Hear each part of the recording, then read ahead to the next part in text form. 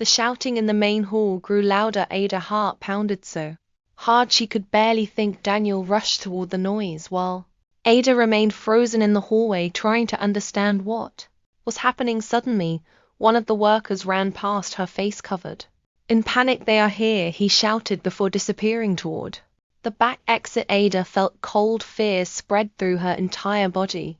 Seconds later, loud banging echoed through the building, followed by people screaming. Chief Balagon's voice thundered from the hall.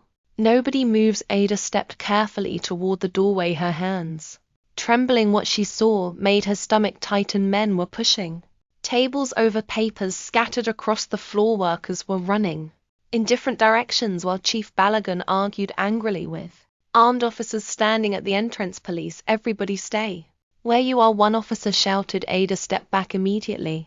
Her breathing became uneven. She had never been inside anything like this before. Everything felt unreal, like a nightmare she could not wake up from. Suddenly, someone grabbed her arm.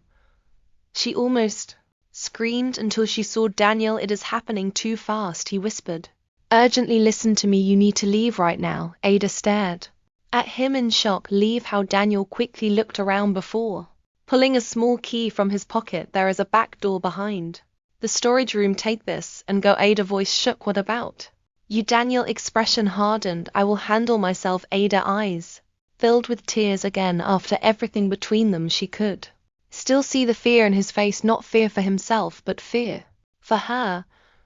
Before Ada could answer, 2 officers entered the hallway. Daniel immediately pushed her behind him. Her heart nearly stopped. One officer recognized Daniel and shouted his name. Chaos exploded.